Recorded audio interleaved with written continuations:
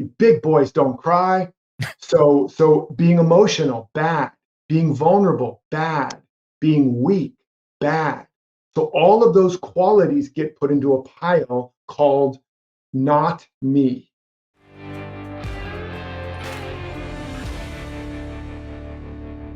Well, hey, everybody. This is Mike Van Pelt. Welcome to the True Man Podcast. Now, in my experience, and I had to figure this out the hard way, of course, I do my best not to do life on my own, to go get help and to find people who can help me go deeper so that I can not only be my best, but be the best version of myself for my family, my friends, and the men that I serve here at the True Man community. So, how do I do that, you may ask? Well, I get around people who can help me see things that I don't always see myself. And they sometimes help me get unstuck in areas and help me to achieve purpose in my life. So, one of the people I work with now is a special guest on the podcast today. So, welcome to the True Man Podcast, Derek Rydall. Now, Derek is the author of the #1 Amazon and Barnes & Noble best-selling book, Emergence, 7 Steps for Radical Life Change, and the world's #1 expert on the revolutionary law of emergence, which we're going to talk a little bit about today. Now, he works with all kinds of leaders in corporate America and celebrities, and has worked with a number of Oscar and Emmy winners in conscious entertainment. So, Derek, welcome to the True Man Podcast. Just a pleasure to have you here.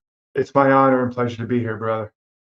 You bet. Derek, before we dive too far into everything, and I mentioned this, talk a little bit about the law of emergence for people that may not know what that is. It's really important. So tell everybody, what is it, and maybe how did you get started in this? Yeah. I mean, I was always on a search for truth in my life, and in my like I guess late 20s or whatever, I was deep into self improvement and all after so many years of self improvement, the only thing I'd really improved was my ability to describe why my life was so screwed up.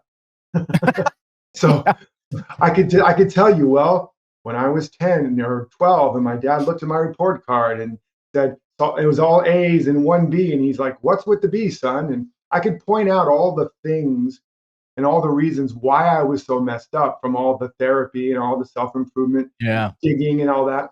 But it wasn't improving my life. I grew more frustrated. I grew more, I was just suffering and struggling more. And eventually it drove me to become addicted to drugs and alcohol. And I almost died of an overdose. And I remember the doctor, I was in the emergency room and IV snaking out of my arms. And he said, "You're lucky to be alive." And I remember thinking, this is what all of my self improvement and all of my efforts got me. Something's missing. Yeah. And I decided, I just needed to work harder, work smarter, learn to attract better, something. So I redoubled my efforts. And like, whenever you start something afresh, there's a new momentum. And it seemed like I finally had caught it. Things were looking up. And then I was on a film that I was shooting. I was an actor in a film in Jamaica, and everything started going sideways again. And just everything was crumbling back at home in Jamaica. And I just praying to get lost from all of it. And I went diving on my own. And I prayed to get, as I said, just to get lost. And I was in this, you know, labyrinthian underwater reef and following all these brightly colored things. And before I knew it, I was literally lost. And I was stuck in what looked like an underwater booby trap tomb out of an Indiana Jones movie. Giant spiked coral all below me that I could barely breathe without getting punctured by. Walls covered in fire coral that was like jelly, 100 jellyfish stings. You couldn't touch it. And I was stuck there underwater. And nobody knew I was out there. And so nobody was coming for me. And I couldn't find the exit. I couldn't turn around without touching the walls, without getting spiked by this coral. I couldn't breathe deeply. And so I'm just in this water, just shallowly breathing with my fingers, keeping myself at a level. And at a certain point, I was praying to get out of there, somehow figure my way out. And at a certain point, I knew I wasn't going to make it out of there. And it's hard to Mm. understand the feeling of maybe I hope I'll get out. Please, God, I'll go to church on Sunday. Just get me out of this. And God was not playing let's make a deal that day. And there was a moment where all that was left for me to do was to completely surrender. Again, not like a surrender, like a negotiation, but like I got nothing left. It was getting dark. There were sand sharks swimming below. I was trapped. I was out of time, out of energy. And in that moment of real surrender, of just letting go, there was a flash of awareness. And I saw in an instant that this self, this guy that I've been trying to fix, change, heal, improve, was a fiction of my imagination, Mm. was an amalgamation of parental fantasies and peer pressure and societal conditioning. And that there was nothing I could do that would ever make him enough, but that there was another self. And it was just a presence, a sense, an awareness. And this self was already whole and complete. So he didn't need to be improved. In fact, he couldn't be improved. And he had never been damaged. And it was just an awareness. And in the next instant, I was standing outside the coral reef on this one little piece of coral that I could stand on that didn't have fire coral, looking in where I had been stuck for this time. And the exit was just inches behind me the whole time. I just couldn't see it. And I saw the whole reef laid out in front of me, and it was this maze. And I realized it was a metaphor for my life. I'd been swimming through this maze, searching, Mm. following all these brightly colored things, already gasping for air, already drowning. And it was just finally in this moment, I was literally experiencing it. But something had radically shifted in that moment of total surrender, unconditional surrender to my idea of God, a higher power, whatever. In that moment, Humpty Dumpty fell off the wall. Something just shattered. And I was able to swim out the other side of the coral reef, swim away. But the rest of that day, everything had this light. I could see the light shimmering behind everyone and everything. And I had a very profound, deep spiritual opening that night, and it continued. And I ended up pulling out of everything, society, my work as an actor, and I was going to become a monk. Oh, And wow. that didn't go so well. My monk life. My first week It's of quite a being transition, it right? was a big transition. I got rid of, I went basically to try it out. And my first week, I was fasting, I was silent. I'd never done anything like that. And I got so free, so hungry, first of all, that I broke into the monk's kitchen in the middle of the night to steal food out of the refrigerator. No joke. Is that And when you get that "you're out of here, buddy"?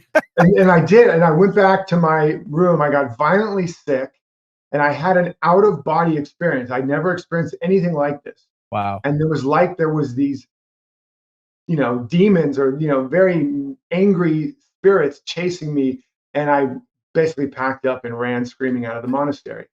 But, the very next day, or it was actually already morning by the time I was done with that experience. But I ended up cloistering myself in my apartment at the time.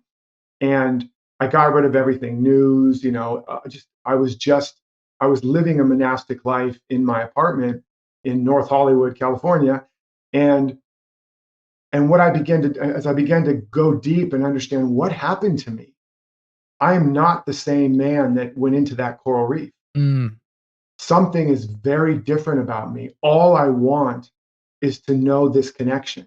All I crave and hunger and thirst after is this connection.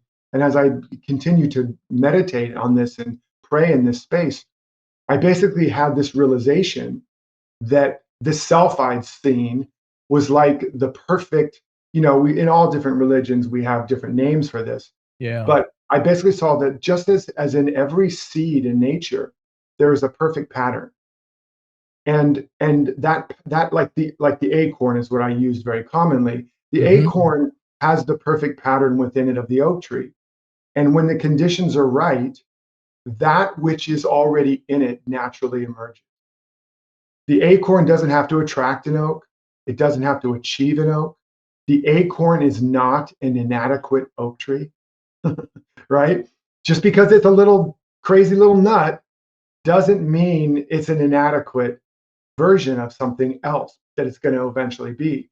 It's a perfect acorn with a perfect pattern, and it literally knows how, has the intelligence and the wisdom to activate the atomic structures in the quantum field and everything and turn it into an oak tree. And every seed in nature does the same thing. And the same thing is true with us, that there is a seed of purpose and a divine plan that is planted in the soil of our soul. Mm. And when we come into alignment with it, when we create the right conditions, the conditions that are congruent with our soul's seed, our soul's pattern, then it naturally emerges. Now, what I also realized was that most of my efforts and most of our human efforts to attract and achieve and to fix and to make happen is all of the resistance that we are putting up against the natural unfoldment. It's all of the mindset and the beliefs and everything that basically say, I'm broken, I'm not enough, I don't have enough yet. I'll be enough when, and all of that is basically a belief that says that has to be, we have to experience, as Jesus said, it is done unto you as you believe. So we don't experience life as it is, we experience life as we are through the filters of our beliefs and perceptions. But when we start to become congruent with the truth that the whole thing is already within us, Yeah. again, the kingdom of heaven is within. That's, if we only got that piece right, we would be in a very different place. So that was the basic understanding, that life is not happening to us, but that it's happening through us and as us. And what we have to begin to do is to organize our life inside and out as if we already have it, we already are it, not as a trick to attract it, but as the truth, so that we can come into alignment with it. And that's what I ended up coining the law of emergence. And it was right around the time when law of attraction was very popular. Yeah. So it was I used to do a talk called the unattractive side of the law of attraction. And basically, and it was talking about all this effort to make stuff happen to us was creating many of the blockages to the natural unfoldment or emergence of it. So awesome. Why do we, and I'm, when I say why do we, I'm talking about me too, right? Because I'm human as anybody else. Why do we allow this stuff to happen to us? Like what stuff? What stuff? Well, I mean, many of us go through life and experience the school of hard knocks, Yeah. and we try to do it the hard way. We try to control everything. I see where Derek's going here. He's like, Mike, get vulnerable. Let's really dig in here, right? So, I'll use me as an example since I get to play guinea pig on the show all the time. I think there's this lack of vulnerability that a lot of us want to live with because, we're trying to be something that we're not, right? We wear the mask, we pose. In my sales and marketing career over the years, they would say things like, fake it till you make it, which is Right. really an awful saying. Feels like, there's just a lot of people running around trying to be something that they're not. We're fighting it instead of, you Well, know, I think that's part the I think the fundamental first reason why that is the case is what I experienced in that coral reef moment, where I saw that I had spent my whole life trying to fix, change, heal, and yeah, improve this what is essentially a false self. It's a self that is made out of man's idea of the self, right? This is the fundamental but meaning behind the Garden of Eden and the mm, belief in good and evil and the creation of the false self. Man eats of the knowledge of good and evil takes on the role of judge and falls into history. What is that? Falls into his story. And now we're stuck in a story about man, a story about life. And if you actually look close to Genesis, the story, there's two Genesis versions. One is God's creation, and the next one is man's creation. Right. And so God made it all, named it good, and it's perfect. And again, whatever, I mean, I think your people are fine with me talking about God openly and not Oh yeah. veiling it in different words. But there's a perfect pattern of life. The word, the logos, is the perfect self, the perfect life. And then what happens is we begin to perceive our sense of separation in form, in bodies, and we develop the Tower of Babel, our idea of Yeah. we can become gods, we can reach to heaven, we can control earth, we can conquer it, harness it, all of that. And we built this whole false notion of who and what we are as humans. And the truth, which I saw in that moment and have continued to see, is that I of myself am nothing, that I am but a branch of the tree. And when I believe I'm something of myself, I'm the branch cut off from the tree that withers and dies. I'm the prodigal son that has taken my inheritance and said, "Thanks, Dad," and gone off and tried to make a life of my own, only Yeah. to finally call up Dad when I'm sitting there with prostitutes and pigs and like, "Can I come back, please?" So that's the journey of all of us. And that was my experience in that moment as I realized this self that I spent my whole life trying to make something. It wasn't my job to make something of myself. It was my job to become devoted and a servant of the self, of the plan, of the idea that was already made, to become like a gardener. A gardener doesn't go into a garden and have the hubris and the arrogance to think he is going to make a tree.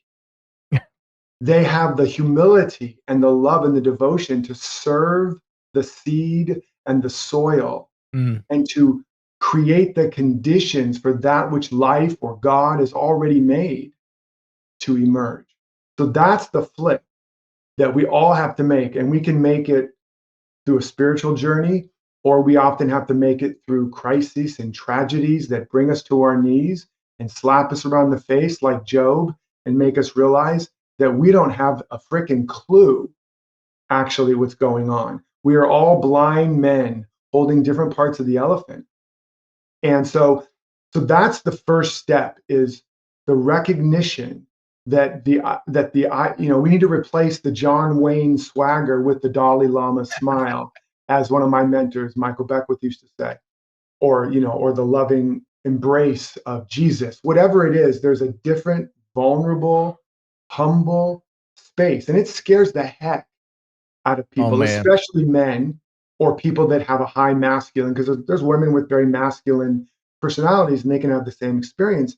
But it scares us because we've been conditioned to believe that what makes us a man is our ability to conquer and control and Yeah. to forge iron into the implements of life and all that stuff. And we believe that if we really surrender, if we really let go of control and let go of the arrogance that we know the answer, that we'll fall apart, that we'll become impotent, that we'll have no power, that the world will take advantage of us, that the world will come crumbling down, that we're Atlas holding the world on our back. And I understand that. I've Yeah. gone through that journey, and there's deep shame and deep pain and deep fear inside all of us because on a deep level we know we're powerless and we Mm. know we are trying to compensate for that. But I can tell you, when you are willing to be humble enough to admit that, and then a servant of this deeper potential or purpose or seed within you, not to make yourself something, but to be an instrument of something bigger than yourself, then that's when the real healing and the real transformation, and I dare say the real Mm. power begins to move and flow through you. Beautiful. And part of the reason that we have the opportunity to talk today is a few weeks ago, I had a question in your group. And one of the things that, talking about surrendering, right? We all have some stuff in our life, baggage, things that have gone on that make us, in a lot of ways. And sometimes that's good, and sometimes that's not bad. So, in reflection, as for me, how can I be a better coach? How can I reach my audience better?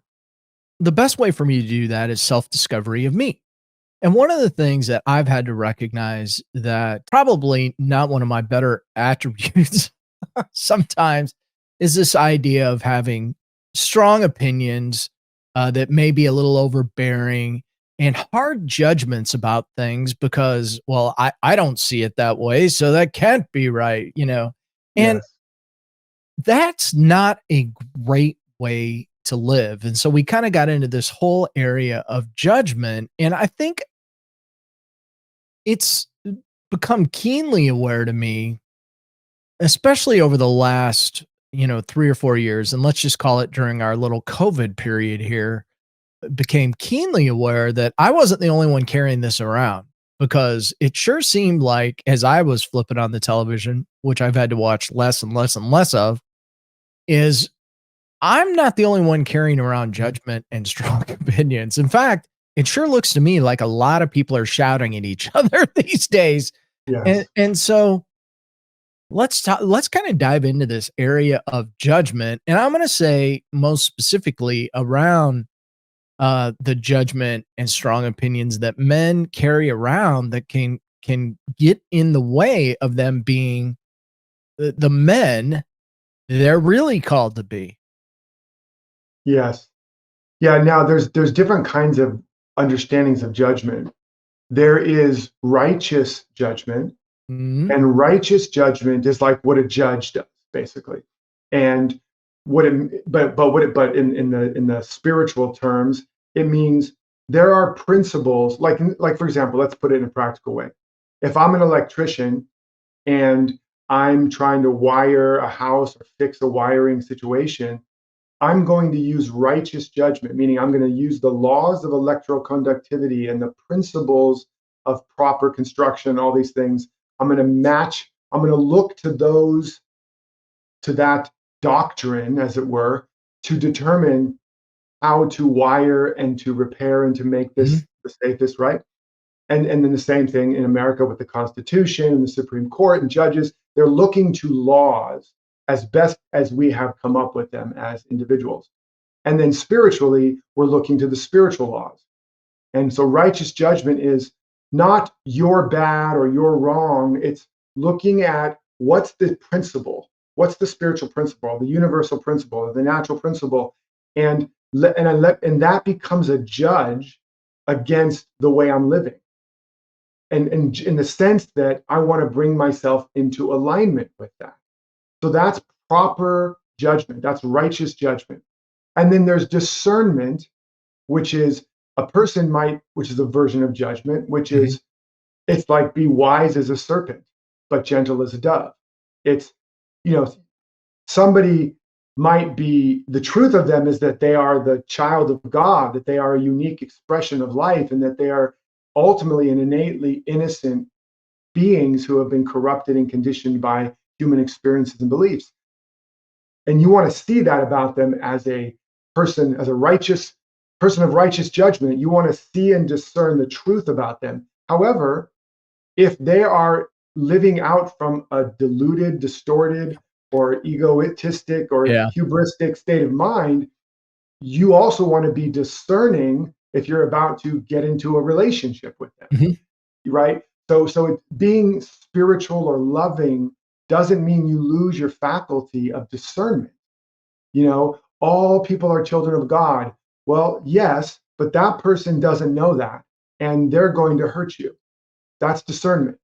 That's not negative judgment, right? So there's different kinds. There's righteous judgment, there's discernment, there's understanding laws and principles and discerning and aligning yourself and attempting to bring things into alignment with that. You have a vision for your life, right? Or a vision for your company. and it's a beautiful vision and it's a good vision. Well, that vision is a judge. It's always looking at you and you're always being judged compared to where that goal or that vision is. That's a good thing. As long as you're not beating yourself up, you're like, oh yeah, I'm off, right? Right. I mean, the word sin is an archery term. It means to miss the mark. It's like you shot and you missed. So that's a judgment. The saying you sinned is not you're bad, it's you miss, or you have the wrong target to begin with, or you have too many targets. And so you're shooting arrows everywhere. That's judgment in its righteous or right use. But there's another kind of judgment. So it's very important because I want Yeah. to give people the security to know you're not going to let go of discernment. You're not going to let go of righteous judgment, of the ability to align yourself to higher order and higher principles. And if you're a parent, to help your children do the same, you're not going to suddenly just become overly relativistic and say everything's relative and nothing matters. No, that's not that is not the truth spiritually, as it says, be hot or be cold, but if you are lukewarm, I will spew you from my mouth, saith the Lord. You do have a point of view, but here's the difference. Your point of view and your opinion, when the Supreme Courts render an opinion, Yeah. it's not opinion based on your puny little narrow myopic human experience, right? That's Right. not the opinion that matters. Some people don't want to hear that though. I know, right? But it's an opinion and a point of view based on principle as best as you can see it, Yeah. right? So you have to have a point of view. Life is not neutral, right? Life is not neutral. That principle of the law of emergence in the soil that's going to grow that acorn into an oak tree is not neutral. It's very specific. And again, I want to be very clear. You will not be weak. You will not be powerless. You will not lack direction. You will not lack the ability to discern. Okay, but then there is another kind of judgment. And this is the judgment that is actually a form of protection, a form of survival, a form of control around your myopic ego map of reality and identity. So what happens is as you're growing up and evolving, we all recapitulate the fall from Eden, the fall from grace experience. We start out as children and there's no sense of separation. We actually believe we're one with life, with mommy, and then at a certain point we start to separate. We fall into history. And what happens is we delineate, I'm a separate being based on experiences. We map out our reality. We develop an identity. And then we have what's called a core wound, where we have to begin to believe something less than true about ourselves in order to fit in and survive. All of that's part of the journey of developing as a human being. But what happens is we do the same thing. We eat of the knowledge of good and evil, and we start to judge Yeah. based on our experiences from mom, dad, teachers. Oh, maybe I want to speak up, and I hear the message, children are meant to be seen and not heard, or whatever, or I get told you're stupid, you're wrong, and so I believe that this part of me that has a desire to speak up, this passionate part of me, is wrong, is stupid, and so it's dangerous to keep expressing it. So I need to repress it. I need to judge it. Stupid, wrong, inadequate, unworthy, unlovable, etc. Weak. You big boys don't cry. So being emotional, bad. Being vulnerable, bad. Being weak, bad. So all of those qualities get put into a pile called not me. Not okay to be that. Weak, vulnerable, sissy, wimp, stupid, inadequate, whatever, right? Yeah. Now, we also get a pile of those qualities, we won't go into right now, of the positive stuff that also is not us, and that's called the light shadow. But it all goes into the pile of I am not. And then we have to compensate for that. If I can't be weak, I have to be strong. So I take on the identity and the strategy of getting strong. If I can't be inadequate, I have to become perfect, or I have to become good or great. So I Yeah. take on the strategy of, I'm going to improve myself and get better grades and show daddy that I'm a strong man, or show mommy that I'm a good man, or whatever. If I can't be bad, I have to be good. So now I'm going to put bad aside and take on the mantle of good. So there's the shadow. Eventually, this becomes two piles: I am not and I am.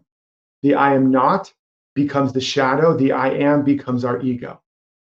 And then we go on our life trying to continue to double down on all the stuff that I am, but all the while using all the energy that is needed to repress and Yeah. sublimate the pile of I am not. But here's the problem psychologically and even metaphysically: you cannot, energy is never destroyed. So all those judgments that are bad, wrong, scary, all those qualities, they don't go away. They're still in you. Yeah. But now they get projected out on the screen of your experience. And they show up as the people that push all your buttons and trigger you and make you point your fingers and all that stuff. But that's you're seeing. Those are all your sublimated, rejected, denied, and judged human qualities, Mm-hmm. right? And then what happens is we don't realize that's happening. So we get into relationships, our spouses, our family, our friends, our enemies, and we're all just shadow dancing.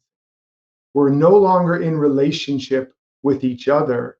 We're in relationships with our fictional characters, as Michael Beckwith calls it, becomes the friction of the fiction.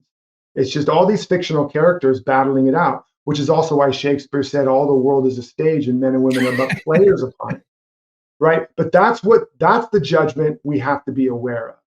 That's the part where we are righteous in a destructive way, where we are pointing fingers, where we are triggered. And you can always tell because there's a constriction to it. It could be anger, it could be, but there's a sense of constriction Yeah. when we're judging from that place. But the opportunity, as we spoke about, is if we can, instead of when we're getting triggered thinking that's a bad thing, and trying to do whatever we can to stop that pain and that bad feeling from going away, we become trigger happy. And we actually acknowledge that that trigger of my spouse, my kid, my mom, my dad, my friend, the enemy, the politician, that trigger is an evolutionary signal showing me a part of myself that I need to love and understand. As Jesus said, you must love your enemy. And as many times as it takes, 70 times 7, which basically means as long as you have to. And then he said, where did he say the enemy is? In your own household. Household metaphysically means your mind, Yeah. right? So when we love those parts of ourselves that we're seeing out there, when we find all the weak, the vulnerable, the stupid, the inadequate, the unworthy, the needy, the greedy, the ugly, the whatever, the arrogant, the bully, all those parts of us, as we love them, as we seek to understand them, as we seek to understand the true need at the heart of that judgment, of that shadow part of us, what happens is it is redeemed. That, the word evil is just live backwards. And literally, the word devil is just lived backwards.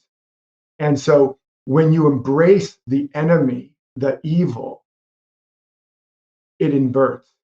It becomes more life. It becomes life affirming. You discover there's a gift at the heart of every one of those qualities you have judged. And then guess what? You become empowered. You discover latent gifts, talents, and abilities. All the energy you've been using to control and fight and push and hide, you now have available to create. And all those people, you suddenly now see the truth about them, and they begin to transform in your presence. You become the light of the world instead of the dark. All the judgment is ignorance. All the judgment is darkness. It's the lack of light. And now more and more light can move through you because you aren't filled with all these pockets of darkness, of ignorance, of judgment. Where you judge, you are blind. When you embrace it is when you see. And you not only see yourself, but you see others. And the sight of God is able to move through you. And again, that's when you become a truly beneficial presence. That was a lot of wisdom right there. And I got to say, it's a lot of work. It's a lot of work to see these things. This whole area of judgment and having strong opinions is something that I continue to work through. But the beauty, I think, is unfortunately, I find a lot of people they never get to the point where they even have the awareness of it, Correct. unfortunately. And that's kind of the initial piece of it. And even one of my favorite words is redeemed. So you were just cruising along and then you threw it in and I just felt my heart go, "Oh, that felt good." Like I needed to hear that in that moment because this is really deep and difficult Yeah. material to trudge through, and a lot of us have built this up, over time. I mean, personally, All of us. yeah, well, all of us. I know I've used judgment as some kind of insulator to like, well, I don't want somebody to know that I'm not, you know, Totally. what and I think it started at a very young age. A chapter that I wrote, in a collaboration book, The Power of Asking for Help, and really part of that was at a young age getting glasses and having people go, "Well, you must be smart, you got glasses," and so you stop asking questions, right? Yeah. And when you stop asking questions, you really what I found what happened to me was I started making judgments. Yeah. Like, well, I don't wanna know the truth is my truth, Yeah. not your truth. I mean, you're And saying something very important there. I mean, I joke, the reason kids are young and healthy and happy and adults are old and sick and miserable is kids only have questions and adults only have answers. yeah, And so it's really true. and so the and it's true that, and again, we talk about the blind men and the elephant analogy. You probably know that, but they're all feeling different parts of the elephant. And one says it's a tree trunk. One says no, it's a rope. The other one says no, it's a stump. Whatever they have, it's a leather pack. Whatever they have, all these different perspectives, and they're certain from their limited perspective that they know what it is, but they're all blind. And so the first thing we have to acknowledge is that we are blind, Yeah, right? This is true metaphysically, this is true in terms of physics, this is true in terms of neurobiologically. Uh, like this is not woo-woo even to say, even though there's a spiritual dimension to which it's true. We talk about having blind spots as if like when you're driving, that one yeah, little yep, area you can't yep. see, but you think you basically see. No, it's exactly the other way around. Everything in truth is inverted based on whatever you think is humanly true, just invert it. And that's going to be closer to the spiritual truth. We don't have blind spots. We live almost entirely in a blind spot, and we have little slivers of seeing. That's more accurate.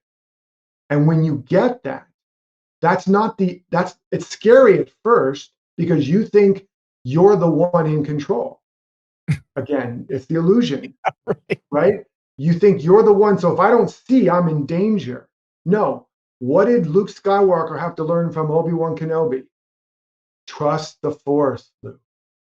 Let go of your willful idea that you're the one in charge. Move away the technology. Let go of your visual sensory apparatus. Live not by eyesight, but by insight. That's where the real power comes. That's where the real wisdom flows.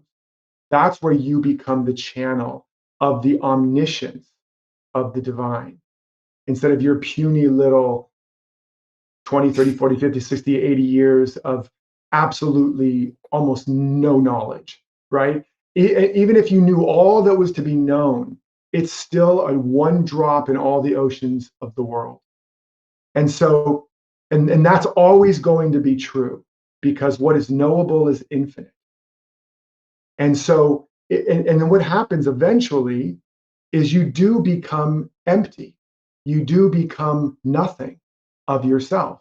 But in the space of the nothing and the empty and the silence comes the thunder of truth and power, right? Instead of trying to grasp the river in your hands and getting only a few drops, you surrender and rest in it and get the whole ocean rushing over you and through you.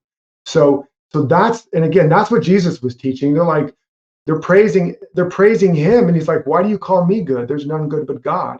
I myself can do nothing. If I take credit for this message, I'm lying. He's like, none of this has anything to do with me. Why do you keep making it about me? Right? He's like, there is a power, there is a presence, there is a father, there is a divine, whatever metaphor version you want to use. That's what's in control. The life that created all of nature, that created you. It's like, it's like we wake up in the morning, we're like, thanks God, I'll take it from here. It's like, no, that's the prodigal again. And then what follows is you have to be the judge. And then you have to judge everything. And that's the whole reason we fall into his story, into history, is because what is a story? It's made up of all the judgment. It's made up of the battle of good and evil. It's made up of this idea of a separate self battling against all these opposing forces. Well, in truth, in reality, there are no opposing forces. If you believe in God and you believe in an opposing force, you're an atheist, because Yeah. God is not God if God has an opposing force. Whether you want to call it the devil or whatever, if that's a power other than God, then there is no God. And so this one life, this one power, this one mind, this one presence, this one, whatever you want to call it, take it from science, this one quantum field, it's indivisible. And you are a unique emanation, expression, unfoldment of it. But you're not the one in charge.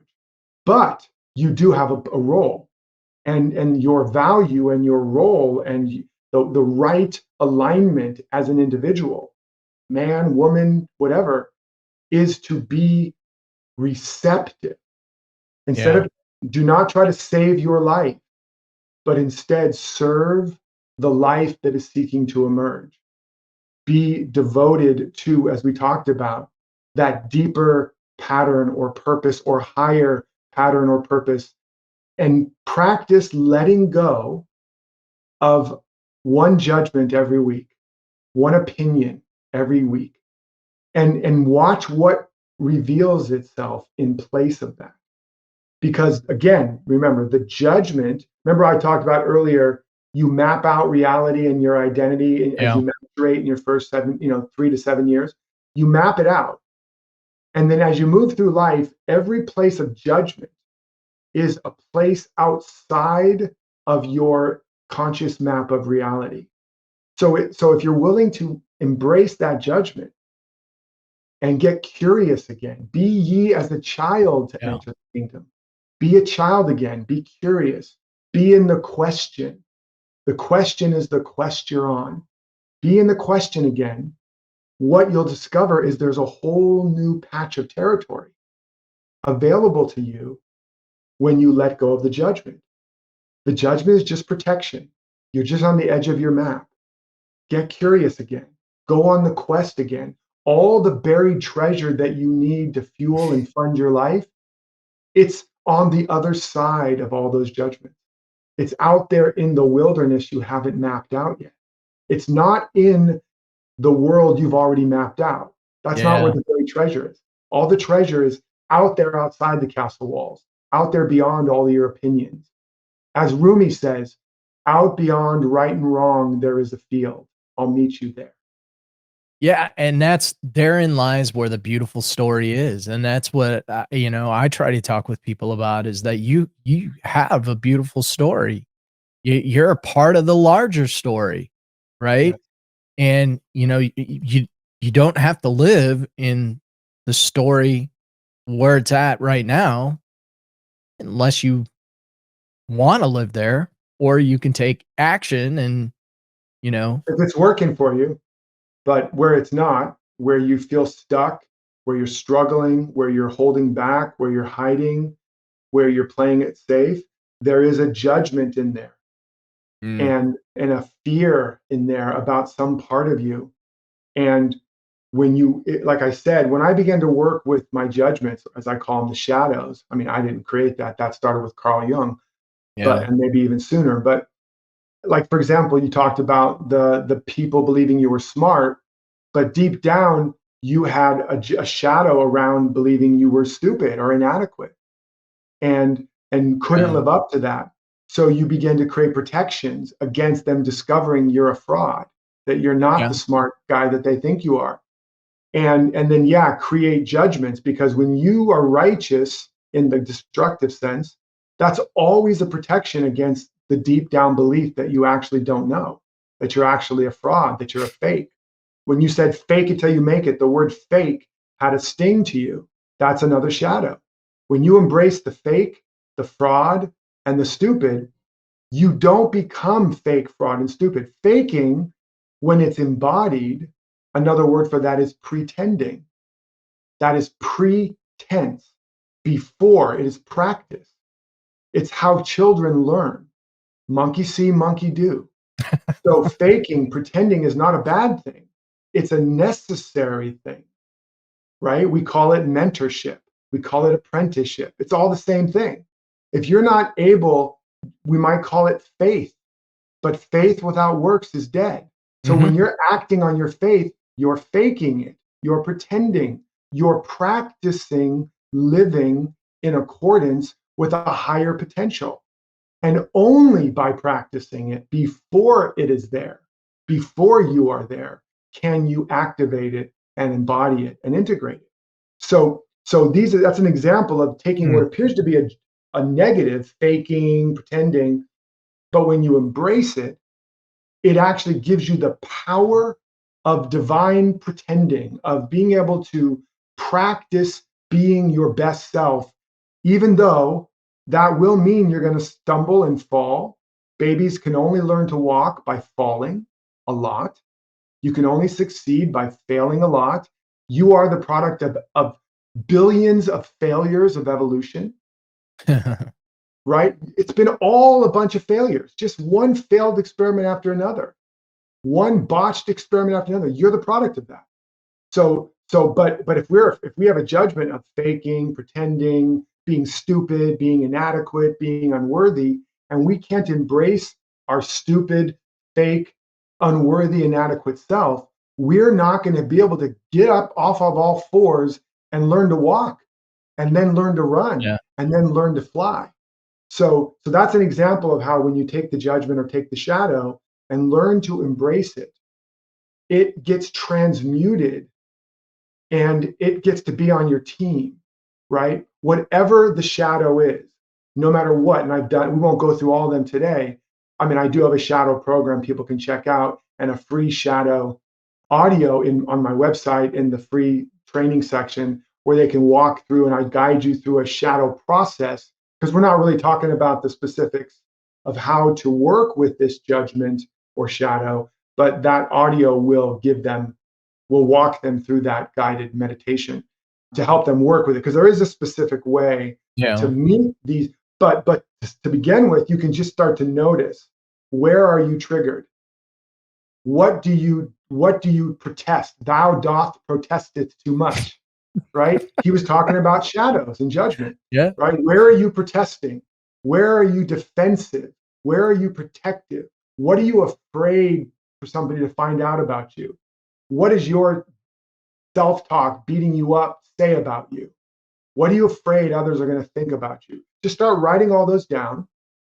And again, if you see people out there that trigger you, if you were to be totally raw and unspiritual and just totally judgmental, what would you call them?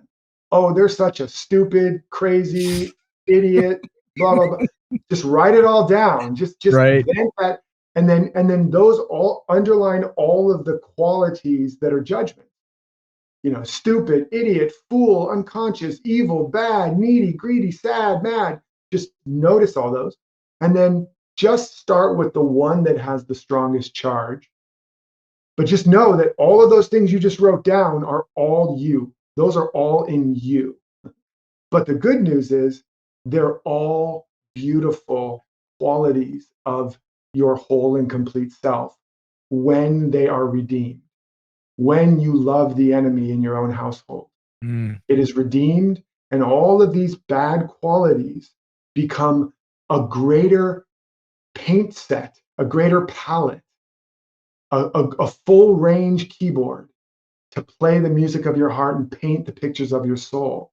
And you become a great artist of your life, but not until you embrace more of those parts of you. So they can definitely check that audio out.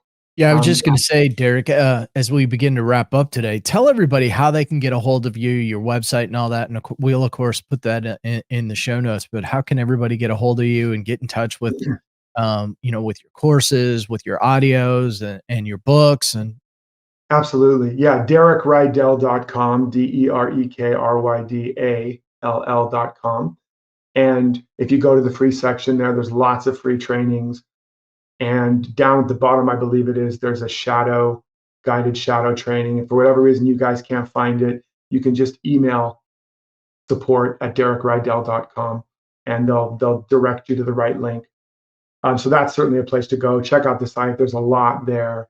Also, you'll see my podcast there. And I have a podcast as well called Emergence. And lots and lots of podcasts where I'm teaching and training on these different topics in depth. And then my books, you can see them on my website as well. Emergence is there. You can also get it obviously on Amazon, Barnes and Noble, whatever. And also The Abundance Project, which is another one of my books. But you'll find everything on the Derek Rydall website. Derek, it was so awesome having you on today. I was listening to you tell the Star Wars story, and I'm like, man, we need to have him back on and talk about how Hollywood creates faith-based movies that they don't even know they're creating. I think we should do one on that. That would be fun. I am a screenwriter and a fiction writer, and I was an actor. And well, Derek, you know this. Not everybody in Hollywood does, right? Yeah, that's right. They don't know they're making these faith-based movies sometimes. Yeah, exactly. There's a lot of that going on. They're basically parables. If Jesus was alive today, he might be a Hollywood producer or something, and he's just basically spewing out parables that are transforming the world. I like to think Jesus would be walking the red carpet wherever he went. That's how I like to think about it. That's right. Derek, it was so wonderful having you on. Thanks for being on the True Man podcast. It's my pleasure, man. You bet.